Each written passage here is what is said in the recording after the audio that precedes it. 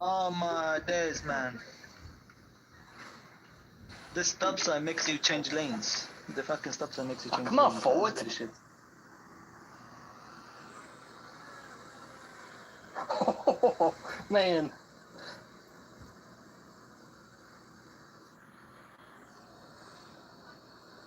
Thanks, Snow.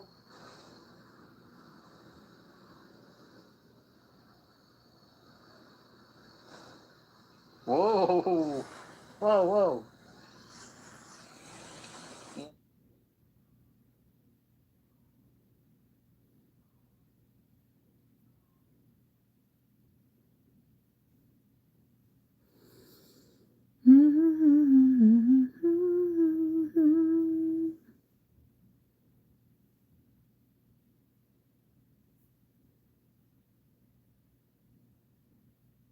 Whew, that was hard to listen to, but I did it for you guys. Oh, Rebecca. I got a shower. I laid on the hard jail floor for hours, so I gotta say this. Christine Lynn, 24 minutes ago. I hope you're watching, Christine. She said their bail was paid before they even posted this. Once again, pretending to be a child to beg. This is the child she posted. She watched her parents get arrested today. Funny, the computer's showing they are no longer incarcerated, yet I see no post from them letting people know or thanking you for the money you sent. They just got home and we just got home. We had these lovely neighbors. She stayed with my kids, pregnant, with twins, having a C-section in the morning. She stayed with my baby so they didn't get taken away today. Annabelle was our hero today. It wasn't me that posted. I had here mine and Chris's paperwork. Okay? We got released. Chris first. He was out there waiting for me. 2100. That's 9 o'clock. 2100 hours. I got released at 2106. For those who don't know, I didn't have a bra. I didn't have shoes. They didn't let me wear shoes. We didn't get out until 9 p.m. We got taken this afternoon. I was actually getting ready to make pancakes for lunch. Chris was going out. He realized our propane was out in the grill, and Annabelle said, "Mom, put your hands up, Mom." She's on her phone. I was like, "Mom." She was like, "Why?" I was like, and I looked, and they were putting Chris in handcuffs, and they were in full-on gear, like 10 cops. Some came from back here. I don't even know where they came from. They must have been back there. They pulled up back. I was like, "What the heck?" Yeah. When Chris had an appearance ticket, which we completely, totally spaced on and forgot about, we didn't even know he had a freaking warrant for a roach. And weed residue that he had in a container the day I got arrested back in September. Is that why they sent out the SWAT team to collect you, or is it because Chris is a registered offender? And yes, he did fail to register, but it was only one time, and it's only because it got lost in the mail. But it was a false accusation, you guys. So he was babysitting at the ripe old age of 20 years old in 2006, and the little child that he was babysitting accused him of doing something to her. He was tricked into taking a plea deal and admitting guilt. But Rebecca says it couldn't have been true because she was on the phone with him the whole time. He was over there babysitting for some reason. He was convicted in 2006, one count of attempted SA. So he took a plea deal from actual SA to attempted SA. He was sentenced to 5 years of probation, 6 months in jail. Victim was under 11. And I did the math, and unfortunately, Rebecca here is 35 today, a grown woman. But in 2006, Hi, Nanya. It's actually not. It's natural. It's about the only thing that grows natural that you can smoke. If you're not subscribed, you're not going to be able to chat anymore. Who was convicted of harming a 6-year-old child. That's probably why, Rebecca. Got to weed out my trolls. That's why everyone hates you, Rebecca. If you accuse me of being an offender in that type of way, I'm fighting it till I die. There is no way. Furthermore, I used to be a criminal, okay? I have been clean for 10 years, however, back in my day. So I have made plenty of plea deals. I was guilty every single time. I'm going to link to the first video in the description, which goes into the charges if you're interested in that. So moving forward, 18 years later, and Chris is arrested for having a marijuana roach, and he gets pulled over, and now they want to act like, I can't believe they sent out the cops for this. He broke the law, and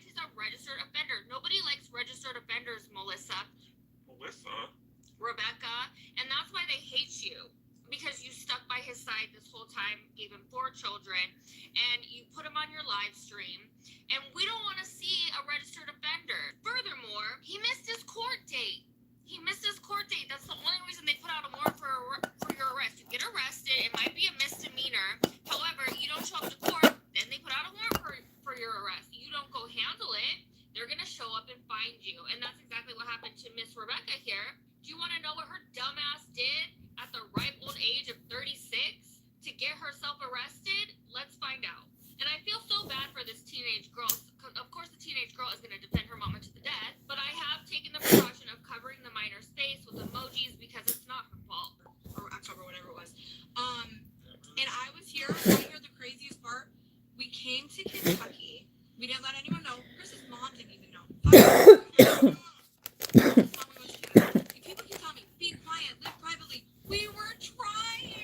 I shouldn't have to. No, you're right, Bella, I shouldn't. But we were trying. And do you know why we came here? To take care of the court stuff that I had to deal with. I made a deal the same week we got had a eviction court, and that's why it was all clouded in my mind. I thought I had a year to do these things, and apparently it was 6 months, and I didn't know that.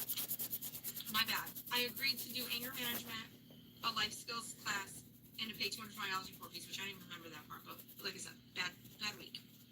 When I found out I had to do these things, I tried to make the money. I tried to sell everything in our storage, if you remember, and we didn't get that done. And then I was making money that Mother's Day weekend because we were leaving to come here, and we didn't think we had enough to do it and to get here. But we wanted to come here, and I wanted to take care of my shit. And I didn't even have to. That's the craziest part. You guys don't even realize. I could have just stayed in New York, lived my life, never worked. You actually do have to, Rebecca. It's the law. You had a warrant for your arrest, and you are not a special person for going to the state where the arrest happened, and you have a warrant out. She's mad that somebody found out where she was and called the police and told the police where she was. And she's saying, if you hadn't done this, I would have handled this at my leisure. And I didn't even have to. But the kind of person I am, I was going to. Yeah, but you already missed your court date for this. And that's why there was a warrant for your arrest. If you hadn't married a registered offender, people would probably give you more grace. They would like you better. They hate you for that. That's it. That's the foundation for the hate. That's why she did in the first place to get her arrested. It's so dumb. If I had a warrant in Kentucky, they would have never came and extradited me for like this little silly thing.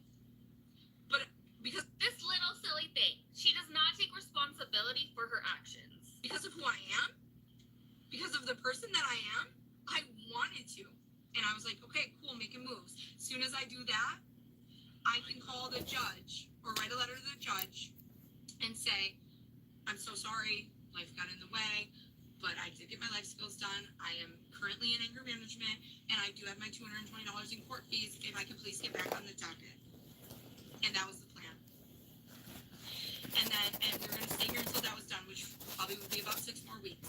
We didn't want anyone to know where we were. We didn't want to make a big thing about it. We just wanted to come here and quietly handle our business and find a little bit of peace, which we have been doing, as I recently told you. Like, Chris has a job back in Syracuse. Like, the other day, because of us running low on money and stuff, he was, like, asking his boss, like, if you guys have any jobs down here, trucks coming, because we didn't bring our van or anything, can you pick me up?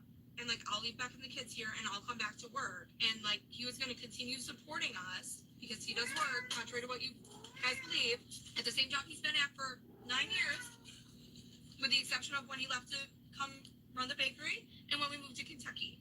And I've been trying to find a job, and it's not really working because I don't know how much you guys know about Kentucky, but there was a Blue Oval plant that was coming here. It was being built the whole time we were here out in Glendale. That was supposed to hire like 60,000 people or 20,000 people or something.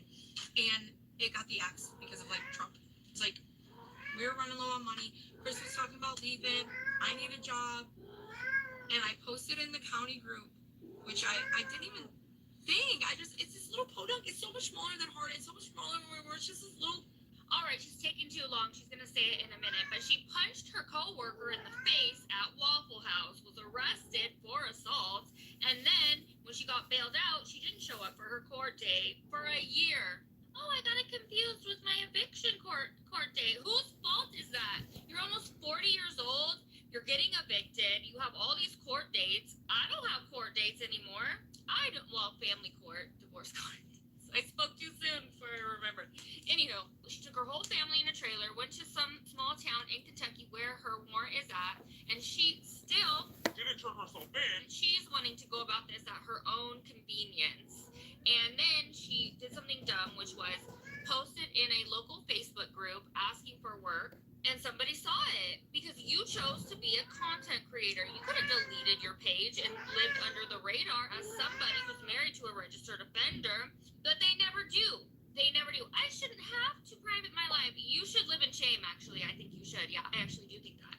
But I can't force you to do that, and since you're not doing that, this is the consequences. People are going to hate you just because you're married to a registered offender. And I don't throw around the word hate, but I strongly dislike you because of it. I think that you're morally bankrupt. I think that you are putting your children's lives at risk. I think you're a negligent parent. I think you're a bad person. Stop. And a lot of other people Knock it off. So yes, if you're I'm not doing this with you today. as small as you are, 13,000 followers on Facebook, this is We're not doing this on me. anonymously. There's so many things you could have done differently. You should have handled your warrant. You need to knock it off. So many options for you, Rebecca, but to do this. This is how you choose to move about life, and this is what happens. But of course, she's framing it as though this is not her fault, and if everybody would have just let her get away with not turning herself in, not calling the cops on her, she would have did it eventually, guys, at her own convenience. But of course, she's gonna throw her babies under the bus. You guys traumatized my babies. You traumatized your babies. How is it the public's fault that both of y'all have warrants for two different things at the same time? You're a bad mom. Chris is a bad father because y'all keep getting arrested for stuff you didn't have to do. Chris doesn't have to smoke marijuana, and if he has the legal rights to do it in a state where it's legal, then have your shit together. If you're not supposed to have a roach out in the car, don't have a roach out in the car. Like, these are the easiest things that y'all could have just fixed, not done in the first place, and then your children never would have had to experience any of this. Your children are traumatized from your actions, Rebecca and Chris. It just makes me so mad because she is such a victim. I'm a victim all the time, and she's about to cry. Don't worry, I'm not going to make you listen to the whole 15 minutes of her crying, but it's really funny because the first 5 minutes, she's acting as though she's crying, but it's taking her time, obviously, to get actual tears to come out. Cute Kentucky County is where Abraham Lincoln was born, and I said, is there any local food pantries? Which I haven't used since I was like a kid, and I asked, is there any jobs hiring over $15 an hour? Here's what I am, here's what I do. And within an hour, it was posted in the Reddit, right? And it was LaRue County. So within an hour, everyone knew where we were. But here's the timeline. Day before yesterday, we get outed as being in LaRue County when prior, not even following day. The people who run the place here where we're staying, who have been so warm and nice and kind to us the whole time, asked us if we were planning on leaving the 8th, Monster. Yeah, an ugly one.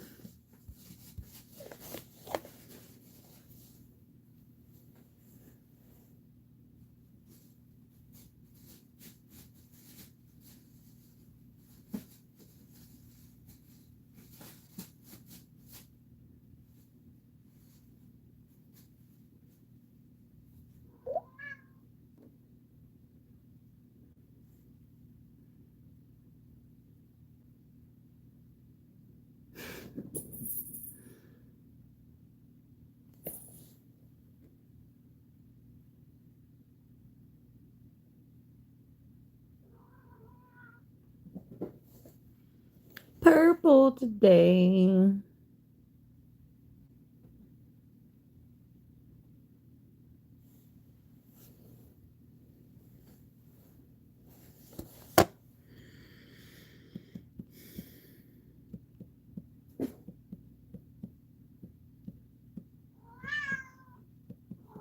Can you stop? You're being absolutely ridiculous.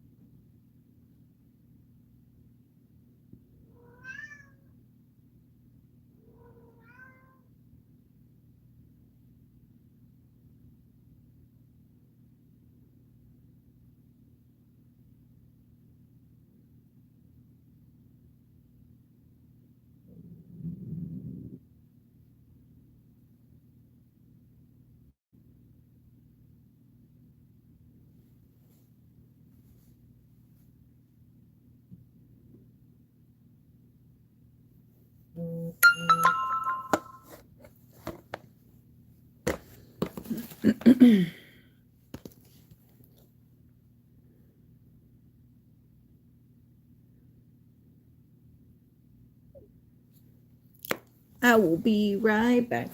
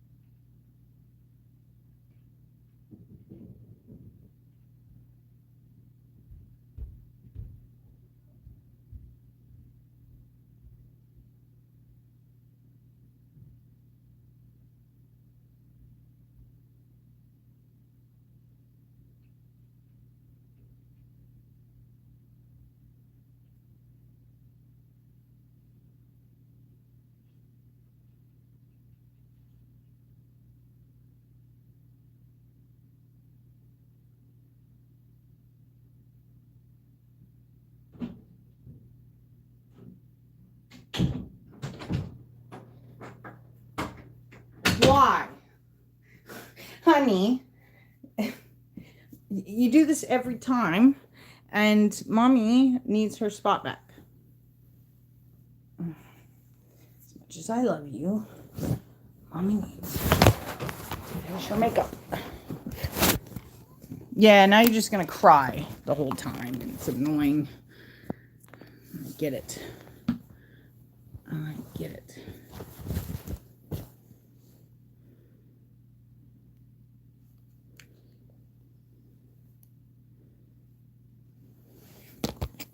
Come on, let's go. It's chest day. Come on, let's.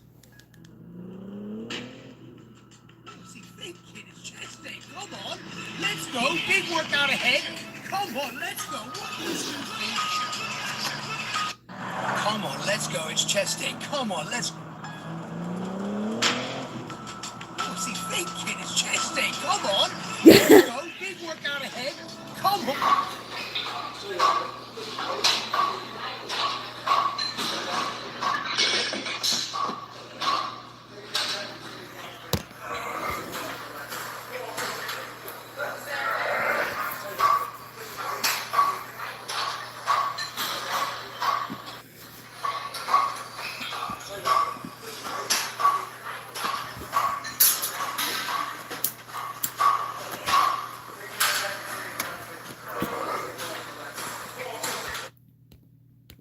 All right.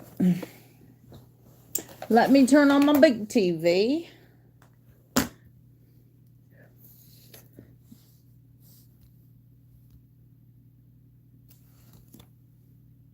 Oh, good. I'm glad you made it back safely.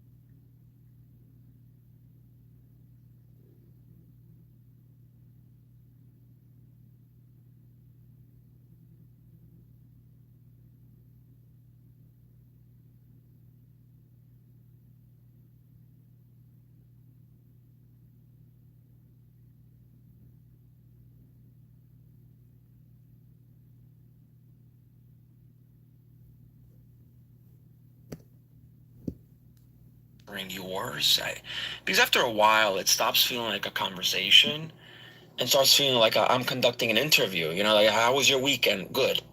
Oh, nice, excellent. I'm glad that we cleared up. Back to me carrying the entire social interaction like a pack mule.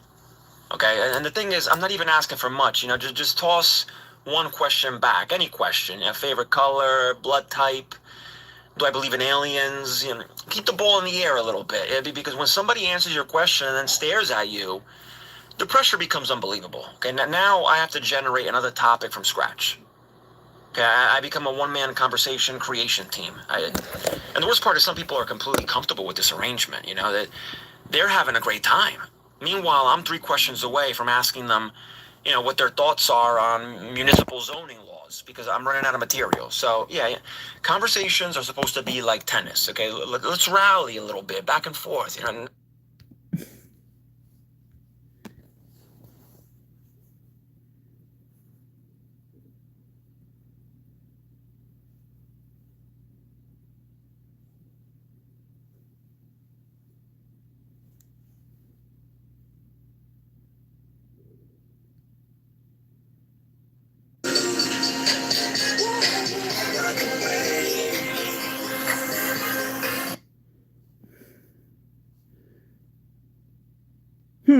Must be nicer. Da,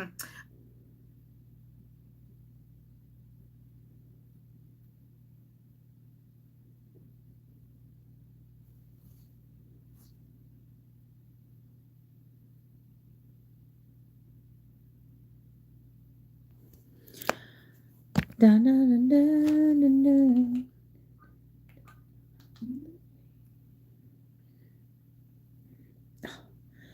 stomach hurts.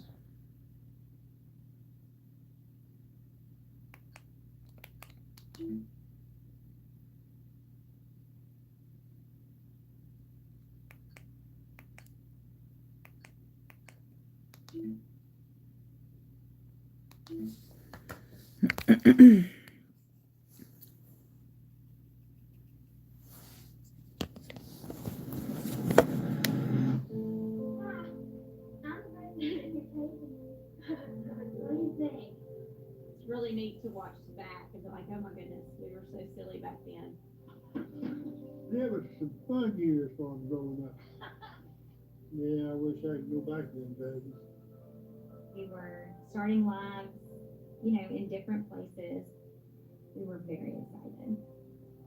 I didn't know that that would have been a warning sign. This perfect life was all a facade. 911. What's the address of your emergency? I've worked close to 1,300 death investigations, and only 2 911 calls really got my attention, and this was one of them.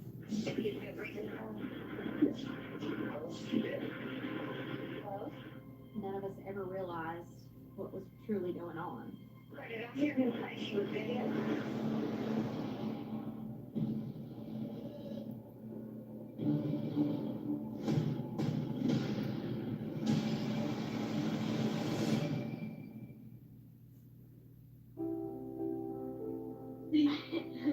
I don't think this.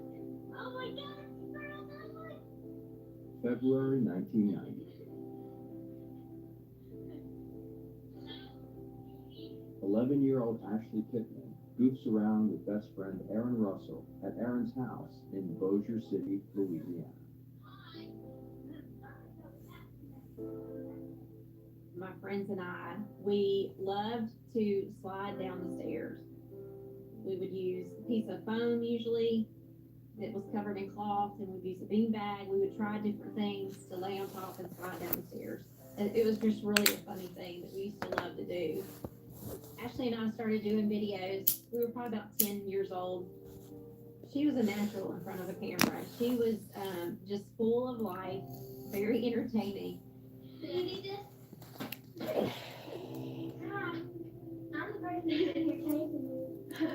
What do you think? When we had the video camera out, Ashley would come to life, but Ashley was always kind of on all the time. So she was the same person, even when the camera was off. Yeah.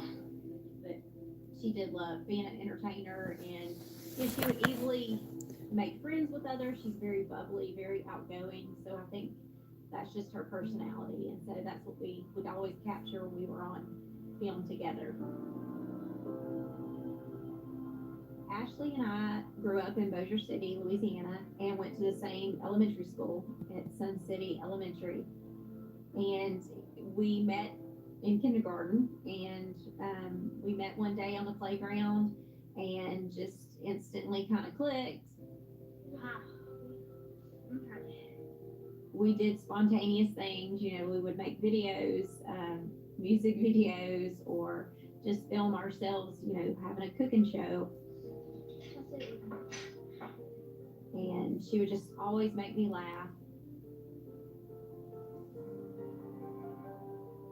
So this was the start of our music video. We're pretending like we're driving through town. We're pretending to drive her dad's truck. And Ashley is, we're bouncing up and down, dressed up like guys. Oh gosh, it's funny. They got in my old truck. Oh man. That's been so long ago since I had that old truck. Ashley's dad, Jimmy Pittman, met his wife Donna when she was already pregnant with Ashley. Jimmy has a 5-year-old daughter, Keisha, from a previous relationship.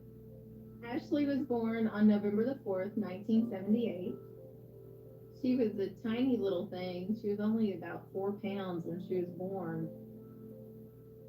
Ashley was my sister by adoption, so she was raised by my biological dad from the time she was born. Ashley was my daughter. Her real dad gave me permission to adopt her, and that's what I wanted to do, where we could be a whole family. Donna was a really strong mom. You know, it was her way or the highway. But that strictness, I think, came out of her wanting the best possible lives for us.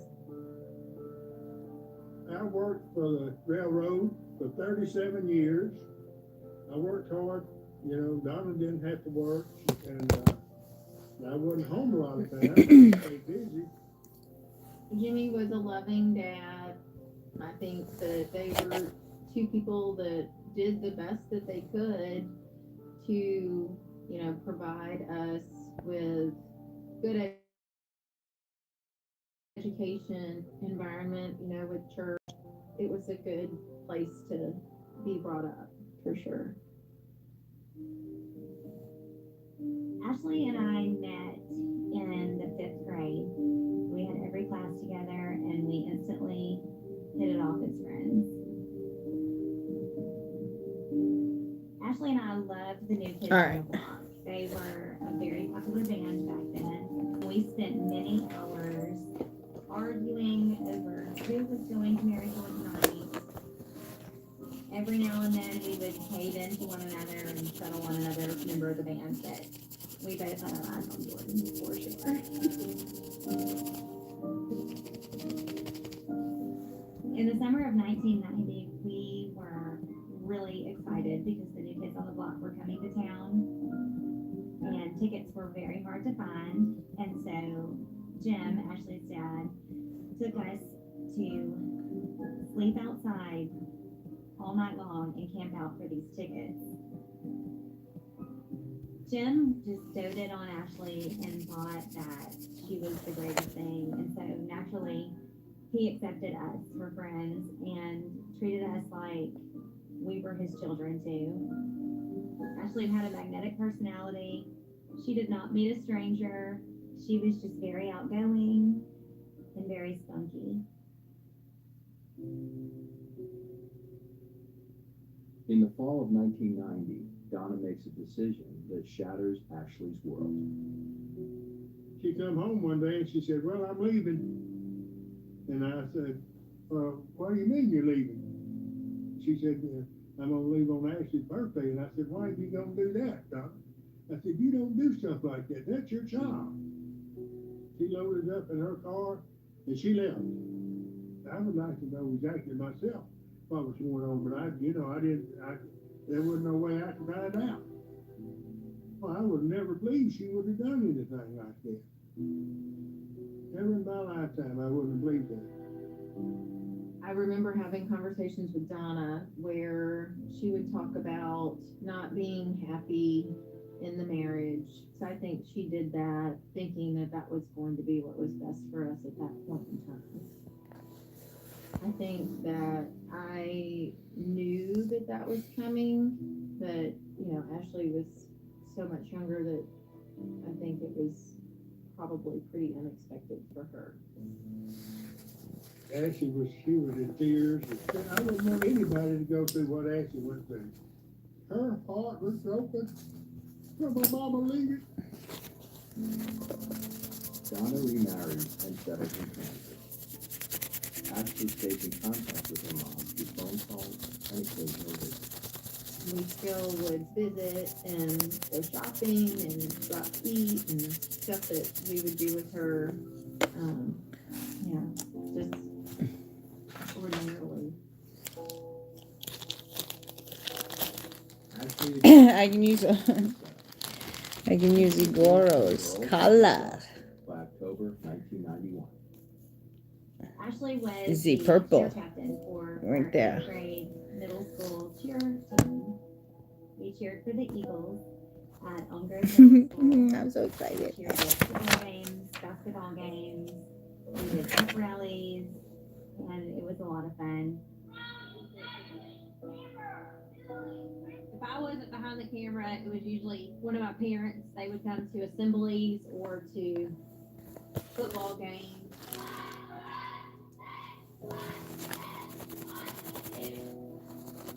Ashley was the perfect cheerleader because she was so enthusiastic, just naturally happy, energetic, always smiling, you know, get the crowd involved. I think Ashley knew that she was a strong person. She would help you find ways to deal with hard times in your life. I think that just both of us being together was probably what kept us both focused on our future. Things are going to be great. That was our plan.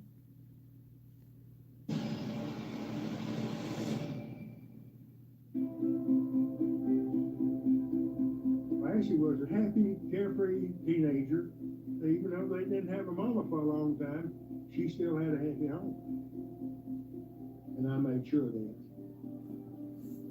She always had something going on with some of her little friends. February 1992, Ashley and I are in the kitchen at my house.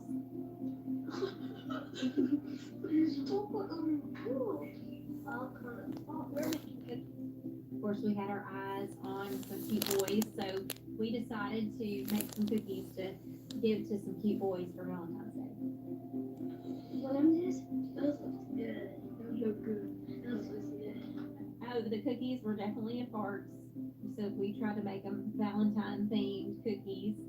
And after we made them, Ashley and I put icing, you know, pink icing on them. I think we added some sprinkles, you know, to make them look cute. And that was our gift for our, we were hoping soon to be Valentine.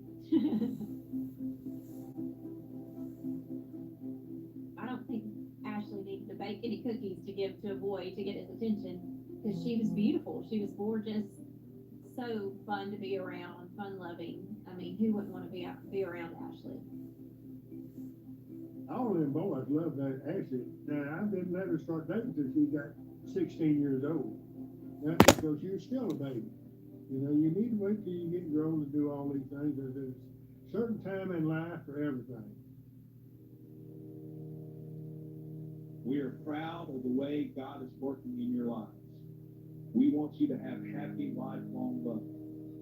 Ashley, Lori, and I were very involved in our church. We went to First Baptist Bossier.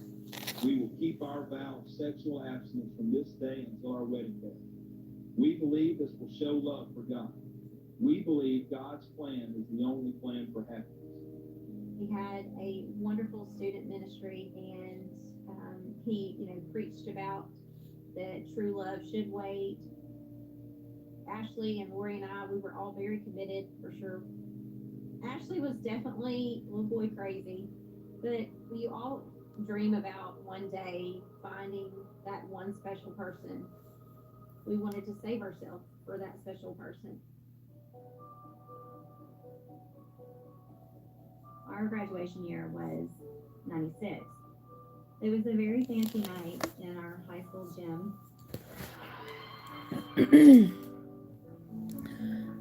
Ashley was actually a part of the committee that helps decorate and, you know, organize the event. And so she got to present one of the awards.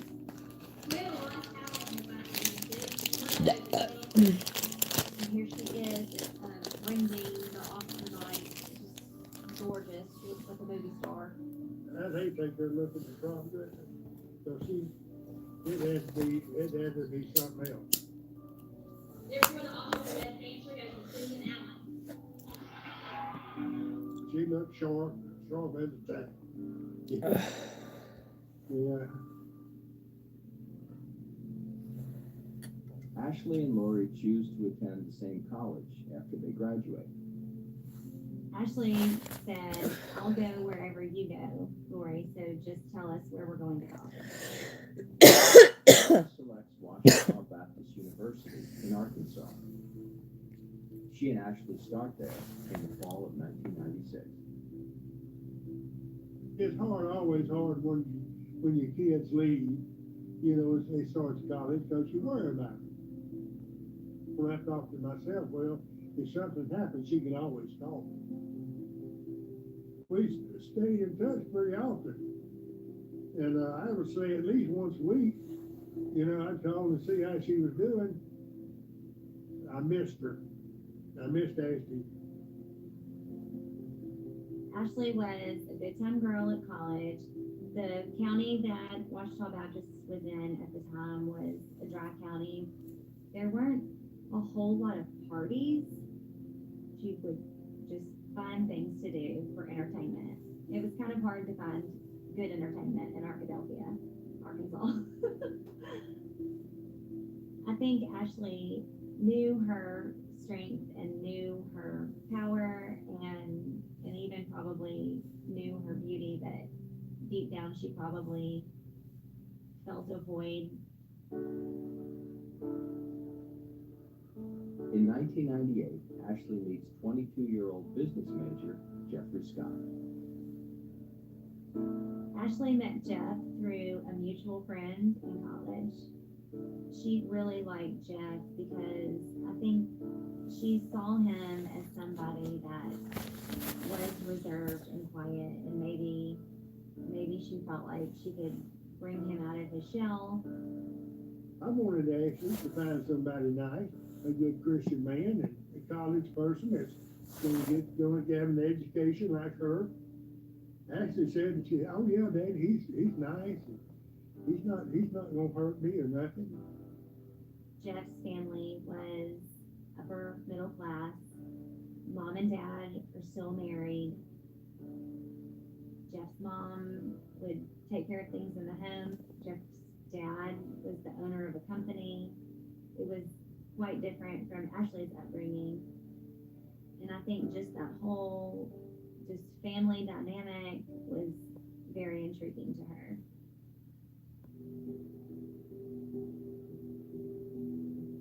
Ashley returns home for the wedding of her friend Erin a few months after she meets Jeffrey. Neil and I got married on March 21st, 1998, and we got married at our home church, First Baptist Bossier, where Ashley, Lori, and I went to church together. So Ashley and I did not get to marry our new kids on the block crushes, so we missed out. I didn't marry Joey, and she didn't marry Jordan. I knew she had met Jeffrey, that it wasn't a serious relationship or anything at that point, but she did mention who he was and everything, and talked about him. Ashley thought Jeffrey's family was the ideal family, that they had it all, and they wanted her to be a part of their lives as well. So outside looking in, it looked like everything was great.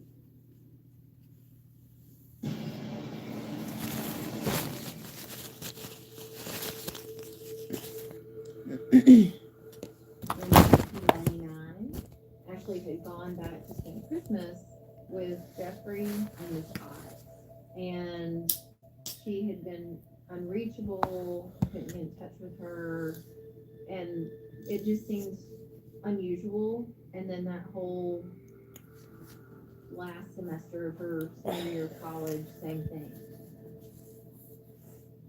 A couple of times I called up there and asked for Ashley, and they told me she wasn't there. So I told them, I said, when she gets in, how about having a call?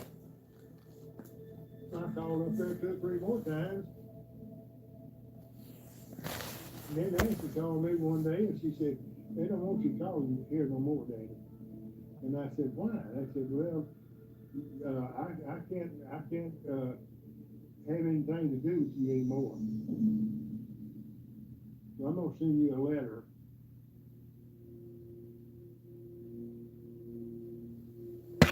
About a week or 2 later, I get a letter in the mail from Ashley, and she says that I don't know her, and that she's, it's time for her to start a new life, and that she has the opportunity to do that with Jeffrey, and please respect her wishes, and please don't try to contact her.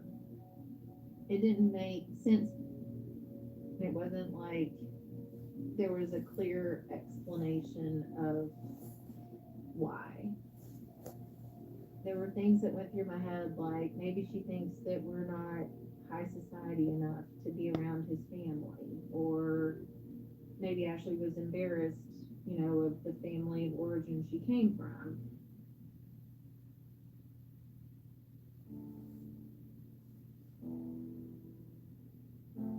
Christmas of 2000, Ashley finally got what she wanted, and Jeff proposed. Ashley thought that she had hit the jackpot. She was ecstatic. She was so happy and thrilled to be engaged to Jeff. Jeff and Ashley were married June 9th, 2001 at Forest Hill Baptist Church in Germantown, Tennessee. And after the ceremony, they held their reception at the Germantown Country Club. Ashley was beautiful at the wedding, and she was so happy. The wedding was already a little bit different because she had moved to Tennessee and she had a completely different life. There were more people that I didn't know than that I did know. It wasn't necessarily alarming. It was more a feeling of we were in Jeff's world.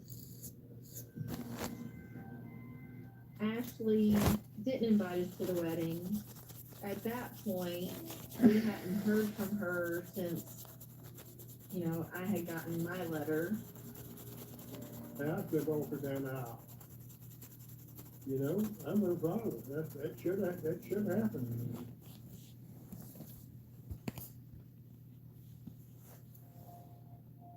Ashley and Jeffrey buy a house in the exclusive Memphis suburb of Cordova. Jeffrey works for his father's IT company. Ashley embarks on a career as a high school teacher. In January of 2004, she was teaching English at Bolton High School, and she could not wait to impact the lives of students and to teach them all of the things that she loved to read. I was so excited for Ashley to become a teacher because I know her love of reading and books. Her favorite subject was English. So how's everyone doing today? Good. Y'all doing good?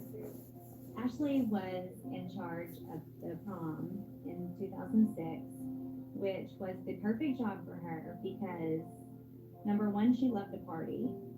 Are there any new rules and regulations regarding? There actually are not any. They're the same as them in the past for Moonlight and prom. The form outlines all those regulations, and primarily it's just along with the theme, like Jody said, just classy. No midriffs for girls, no high splits, low necks and backs, and things like that. And for the guys, no hats, and they have to wear shirts all the time. So it's nothing that's going to inhibit, having a good time. Or just keep it, clean and safe for everybody. I remember distinctly talking to her after prom, and she would walk through the crowd of the dancing high school students at prom with a pool noodle, trying to separate them because she said they were dancing too close. Really, she didn't think they were dancing too close, but she loved the role of having some authority to tell someone not to do something that she certainly would have been doing if she was in high school.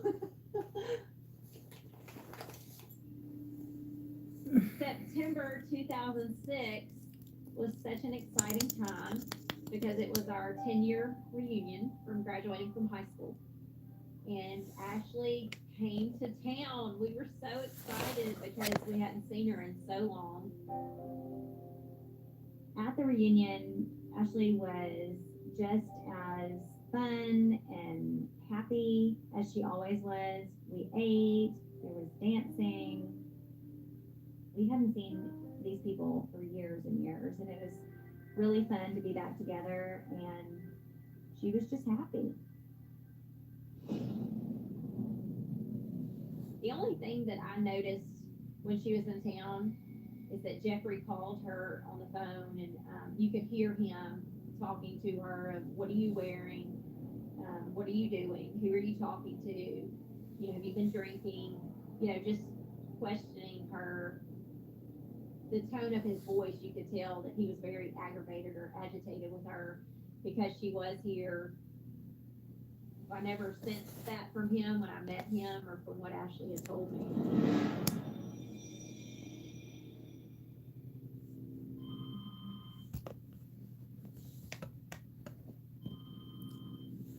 after the reunion, there were a few weeks when Ashley would not return my calls.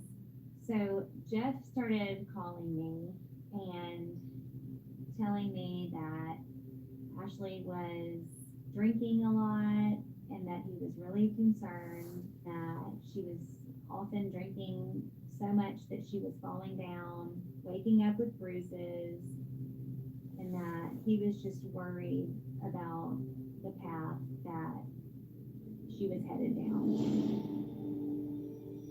Jeffrey reveals that police had charged Ashley with drunk driving in August 2005. He indicated that he was concerned that, she was in a self-destructive state, which I found strange. I knew that Ashley drank, but not to the extent that he was making it out to be. And so it did not sound like Ashley at all. I had not talked to Ashley, and so I only knew his side of the story. During this time, I would try to call her and tell her what he was saying, but she wouldn't answer my calls.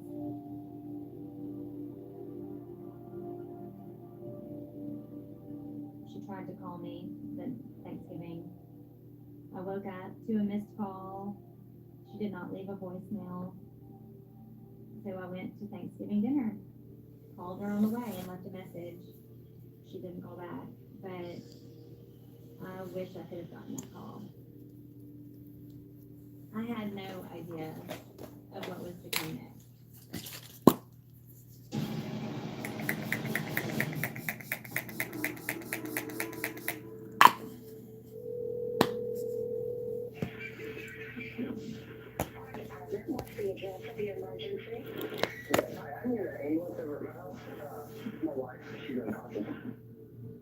On Thanksgiving afternoon, a male calls 911 to report that his wife was unconscious and that he needed help.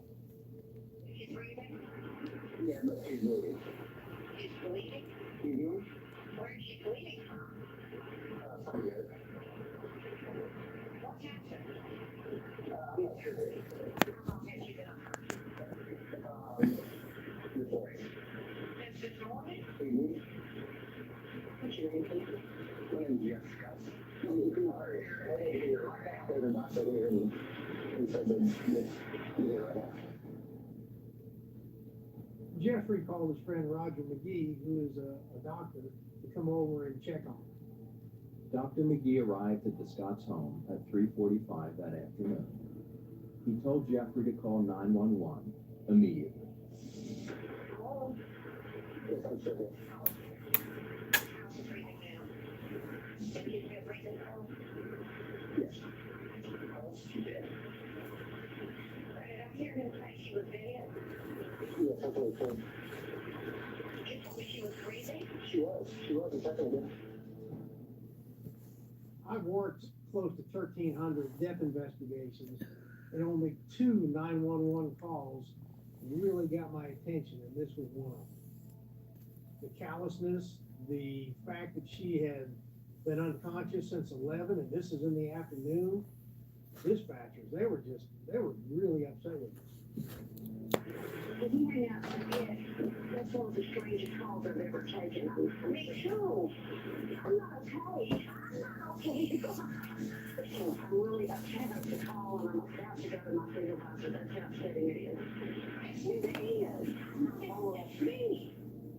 They hear all this bad stuff every day, and this really shook them up. EMS arrives 5 minutes after Jeffrey calls 911. They find Jeffrey's wife, Ashley Scott, in an upstairs bedroom. Roger McGee was performing CPR on her. She's got blood coming out her ear, her nose, her vomit, and blood out of her mouth. She's bruised. Her lips are swollen and split open, and she had a very faint pulse. She's in really bad shape. The paramedics took over, and then they rushed her to the hospital. But there was nothing anybody could do for her at this point. Ashley Scott was pronounced dead at 7:52 p.m. on Thanksgiving Day, 2006.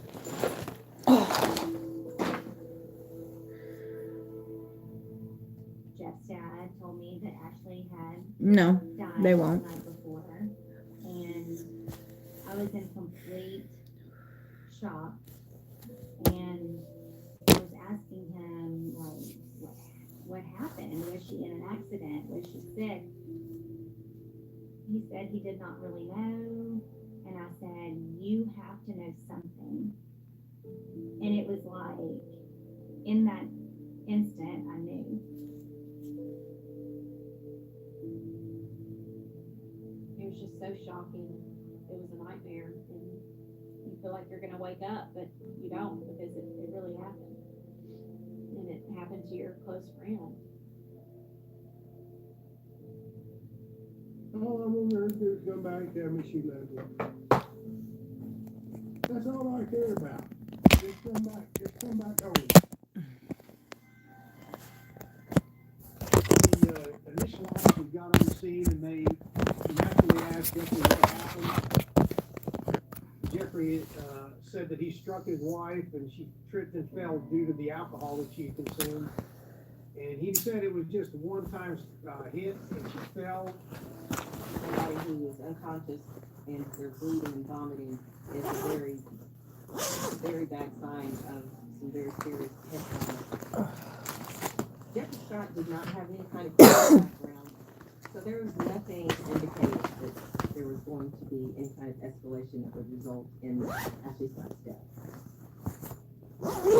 Jeffrey claimed that he got into an argument with Ashley over a phone call or text message that Ashley had received.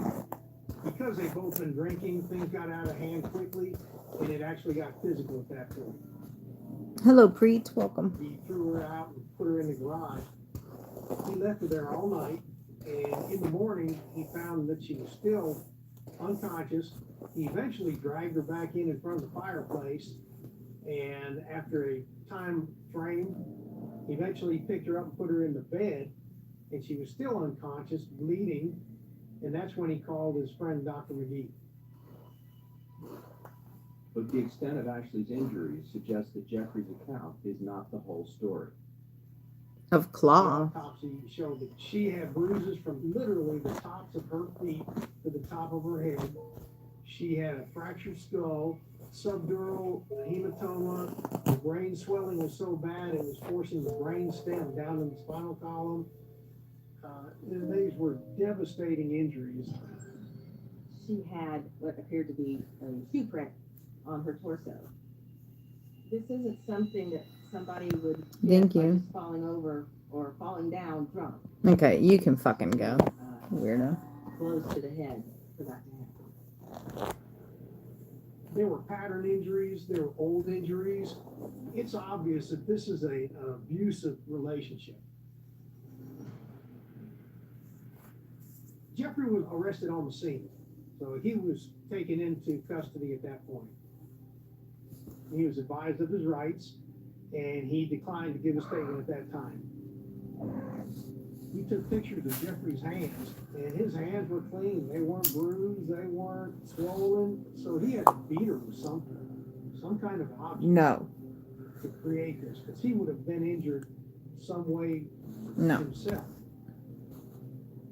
Jeffrey Scott was charged with aggravated assault as a result of the investigation on Thanksgiving Eve. That was later upgraded to first-degree murder after the death of Ashley and as a result of all the information that we were able to obtain. Go that After we way. got to Ashley's phone records, we learned that about a week before Ashley's murder, she called Lori from a closet in her house. Ashley had called me, and she was whispering. She told me she was afraid. She and Jeff had gotten in a big fight. He was just really, really mad at her. I was just kind of in disbelief. She had found out that he had prostitutes over when she was in town for the reunion, but also that Jeff had an affair with Blair Brown. Blair Brown was a co-worker of Jeffrey Scott's, and she worked at the IT company with Jeffrey and met Ashley Scott as a result of working with her husband Quite naturally, after the affair became known to Ashley, Blair and Ashley's friendship, kind of waned. After about a year or so, Ashley reached out to Blair, and they rekindled their friendship. Blair was incredible witness. She was able to give a lot of background between Ashley and Ashley.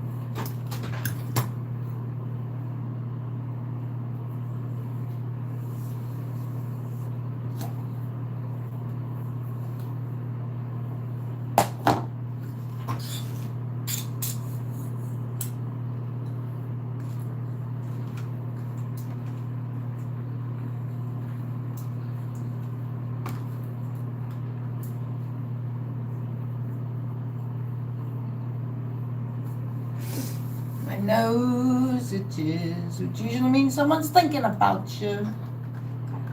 Which in my case, I don't even know who it would be, to be honest. Could be a number of people at this point.